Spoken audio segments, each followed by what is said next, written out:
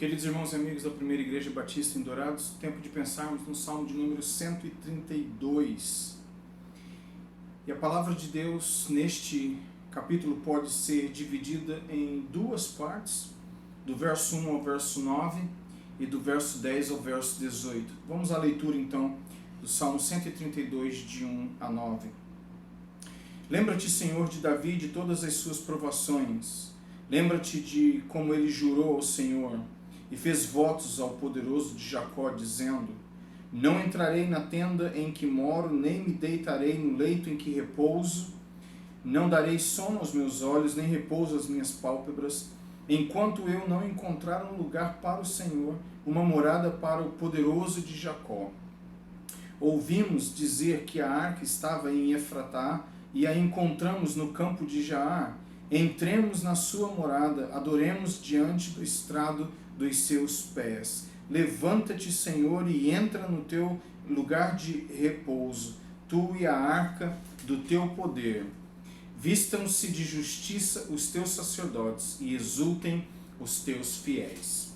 Então, em primeiro lugar, nós encontramos no Salmo 132, de 1 até o verso 9, esta ênfase na prioridade dos santos. E aqui uma prioridade que não é frequentemente pensada. Nós normalmente pensamos naquilo que Deus nos oferece, e nada de errado nisso. Porém, aqui é a descrição daquilo que um pecador está querendo oferecer ao Senhor Deus, que ele chama como Pai, como Deus de sua vida. E o salmista então enfatiza com grande força esta decisão, essa resolução de alma de não descansar, de não parar, de não deixar de ter diante de si a meta de que um dia o Senhor Deus tenha representado na arca do Senhor um local de repouso. Como todos vocês sabem, a arca no Antigo Testamento era símbolo da presença de Deus, e Davi achava um ultraje que ele tivesse uma casa com adornos, com conforto, e a arca do Senhor num local menos favorecido, isso do ponto de vista de Davi. E Davi então colocou como meta no coração de não dar descanso para si mesmo até que isto fosse resolvido e feito.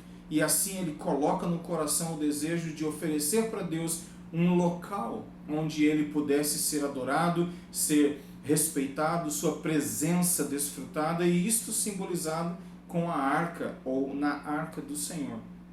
E Davi diz no verso 4, não darei sono aos meus olhos, nem repouso às minhas pálpebras, enquanto eu não encontrar um lugar para o Senhor, uma morada para o poderoso de Jacó. Nós entendemos muito bem pela teologia bíblica, pela doutrina, que Deus não pode ser mantido, ser limitado a um local. Ele transcende o templo, ele sempre transcendeu o tabernáculo, ele sempre transcenderá todo e qualquer endereço. Porém, o gesto aqui de oferecer, de um ponto de vista humano, aquilo que era o melhor que podia ser oferecido para o Senhor Deus está em questão, e aqui você vê a dedicação deste homem, de querer oferecer, de ter diante de si como prioridade, oferecer o melhor para Deus. Não é aquilo que Deus tem para me oferecer de melhor, mas neste salmo, aquilo que eu, como pecador, redimido, lavado no sangue de Cristo, tenho condições de oferecer para o meu Pai, e isto em termos de excelência. Não darei descanso enquanto aquilo que é excelente não for colocado diante do meu Pai como oferta. E isso deveria ser uma prioridade em nossas vidas. Quais são as suas prioridades? Se você listasse agora as coisas que compõem a sua lista de prerrogativas, de prioridades, quais seriam as que constariam na lista, no topo da lista, entre as 3 mais importantes prioridades? Aqui está o salmista, no momento da sua vida, falando: não existe outra prioridade a não ser esta. Não darei descanso nem a mim, nem a ninguém, nem a quem quer que seja, até que isto tenha sido resolvido. E quão maravilhoso é quando nós temos esta atitude e lidamos com pessoas que têm esta atitude, a de querer oferecer para o Senhor Deus o melhor de suas vidas. Do verso 10 ao verso 18, uma outra ênfase. Como disse, do verso 1 ao verso 9, a ênfase na prioridade dos santos, a saber, oferecer o melhor, não ter descanso, até que o melhor seja oferecido para o Senhor Deus. Em segundo lugar, o texto enfatiza de 10 a 18 a prerrogativa dos santos. E aqui então nós temos o seguinte, a palavra de Deus diz: por amor de Davi teu servo, não rejeites o teu ungido. O Senhor jurou a Davi com firme juramento, e dele não se desviará. Farei com que no seu trono se assente um dos seus descendentes. Se os filhos de você guardarem a minha aliança e o testemunho que eu lhes ensinar, também os filhos dele se assentarão para sempre no seu trono. Pois o Senhor escolheu Sião, preferiu-a por morada, dizendo: este é para mim o lugar do meu repouso, que habitarei, pois este é o meu desejo. Abençoarei com abundância o seu mantimento, e de pão fartarei os seus pobres. Vestirei de salvação os seus sacerdotes, e de júbilo exultarão os seus fiéis. Ali farei brotar o poder de Davi, preparei uma lâmpada para o meu ungido. Cobrirei de vexame os seus inimigos, mas sobre ele brilhará a sua coroa. E aqui você vê então o resultado do investimento de Davi. Não que este investimento tivesse provocado de Deus a sua reação. Aqui nós temos, na segunda parte do Salmo, algo que Deus já tinha estabelecido fazer antes mesmo de Davi saber quais eram os propósitos do Senhor Deus para ele, para o povo de Israel, para a tribo de Judá e para o Messias prometido. O que acontece aqui é que em associando a sua vontade à vontade de Deus, submetendo a sua vontade à vontade de Deus, Davi experimenta, embora pecador imperfeito, as bênçãos de Deus sobre sua vida. Então, eu quero deixar bem claro que, em minha opinião, não é Davi provocando a bênção de Deus por força da sua obediência. Davi responde à revelação de Deus e, por responder obedientemente àquilo que Deus começara, então a bênção do Senhor vem. E neste sentido, nós somos aqui relembrados de uma doutrina muito esquecida, porém importantíssima para o fortalecimento dos nossos ânimos. E a doutrina a que me refiro aqui é a doutrina do galardão, a questão da recompensa. Você vê na primeira parte do Salmo a prioridade. Eu não darei descanso para mim mesmo até que o melhor tenha sido feito para a glória do Senhor meu Deus. Mas a segunda parte do Salmo é o Senhor respondendo da maneira tão abençoadora que encoraja a alma de Davi e de todos aqueles que leem o Salmo a entenderem que no oferecer o excelente para Deus, Deus tem de igual maneira o excelente e o abundante para aqueles que o servem desta maneira.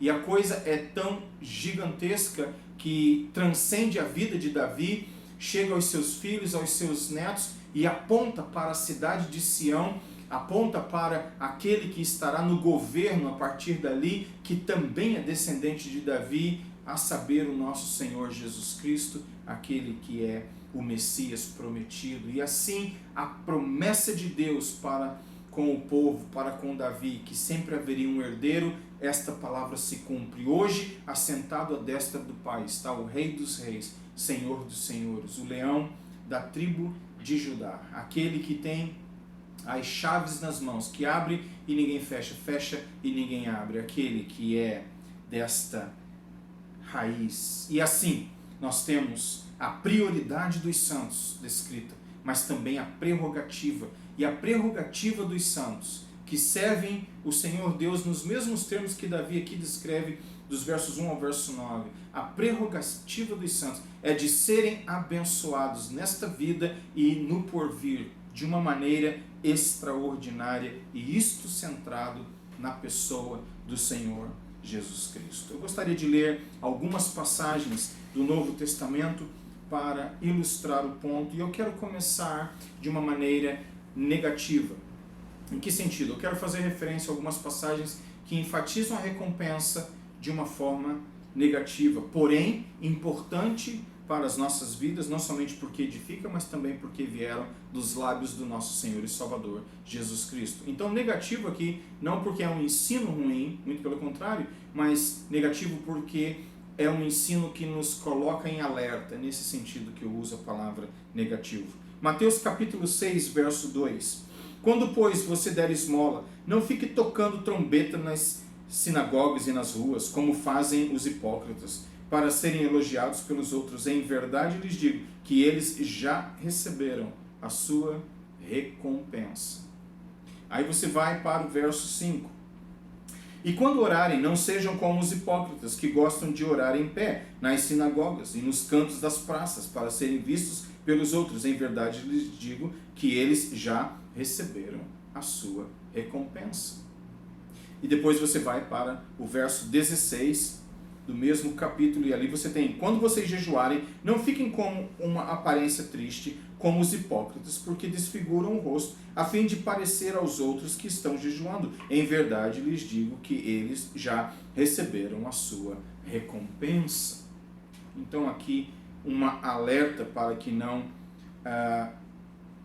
façamos estas coisas e assim recebamos como galardão, como recompensa, como prêmio, aquilo que não é o ideal. Vamos a Mateus no capítulo 5, verso 12, e a ênfase agora positiva. A palavra de Deus diz, verso 11 e 12. Bem-aventurados são vocês quando por minha causa os insultarem e os perseguirem e, mentindo, disserem todo mal contra vocês. Alegrem-se e exultem, porque é grande a sua recompensa nos céus, pois assim perseguiram os profetas que vieram antes de vocês. Recompensa, galardão. Aqueles que passam por esse tipo de coisa receberão do Senhor grandemente. Isto não é barganha, isto não é algo a ser evitado, isto é algo a ser abraçado, porque Cristo ensinou e porque é de grande encorajamento para todos nós no processo de obediência. Obedecer vale a pena. Existe um provérbio entre nós que diz que o crime compensa, mas na verdade a obediência que compensa, e o galardão chegará, a recompensa chegará. Em Colossenses no capítulo 3 e o verso 24, a palavra de Deus diz: sabendo que receberão do Senhor a recompensa da herança. É a Cristo o Senhor que vocês estão servindo. Servir ao Senhor gera uma recompensa, e esta recompensa está em Cristo, para a glória de Cristo e para o benefício do povo de Cristo. E assim, nós lemos a última passagem, que eu acredito seja de grande importância para nós relembrarmos desta grande realidade que tem a ver com a doutrina da recompensa ou do galardão. Apocalipse, no capítulo 22 e o verso 12. Eis que venho sem demora, e comigo está a recompensa, que tenho para dar a cada um, segundo as suas obras. Eu sou o Alfa e o Ômega, o princípio e o último, o primeiro e o último, o princípio e o fim. Eis que venho sem demora, e comigo está a recompensa, que tenho para dar a cada um, segundo as suas obras. Então, neste sentido, nós vemos, em paralelo com o Salmo 132, como que a dedicação ao Senhor Deus, objetivando a glória dele acima de todas as coisas, e assim oferecendo para ele o nosso melhor e desejando constantemente e incansavelmente que ele receba o excelente da minha vida, das nossas vidas, gera em nós e para nós benefícios que são de repercussões existenciais e eternas para este campo, para essa esfera da existência, bem como para o porvir. E eu quero então, voltando ao Salmo 132, fazer 3 observações e com elas eu concluo. Em primeiro lugar, olhando o Salmo 132, você observa o salmista dizendo: não haverá descanso para mim, enquanto isto não for feito. Verso 4, não darei sono aos meus olhos, nem repouso às minhas pálpebras, enquanto eu não encontrar um lugar para o Senhor. Verso 5, uma morada para o poderoso de Jacó. Então, em primeiro lugar, nós observamos Davi dizendo nos versos 4 e 5, não haverá descanso para mim. Segundo, não haverá descanso até que o alvo tenha sido alcançado. Ou seja, não adianta se esforçar em vão. É necessário se esforçar, se dedicar. Eu não darei descanso até que o objetivo seja alcançado. E o meu desejo para a minha vida e para a sua é que Cristo seja este objetivo. E assim possamos priorizar a vida de forma correta e desfrutarmos das prerrogativas de forma generosa. Em terceiro lugar, não haverá descanso enquanto o Senhor não entrar no espaço confortável que Ele merece. E este espaço inclui o meu coração. E a minha oração, caminhando para o final, o meu desejo é que em nossas vidas, em nossos corações, o Senhor Deus encontre o local sagrado para a sua habitação e para a sua satisfação. E que em se sentindo satisfeito em nós e conosco, Ele assim nos abençoe e nos recompense e nos galardoe ricamente. Que o Senhor Deus Trino de Israel, para este fim, nos ajude. Amém? E até a próxima.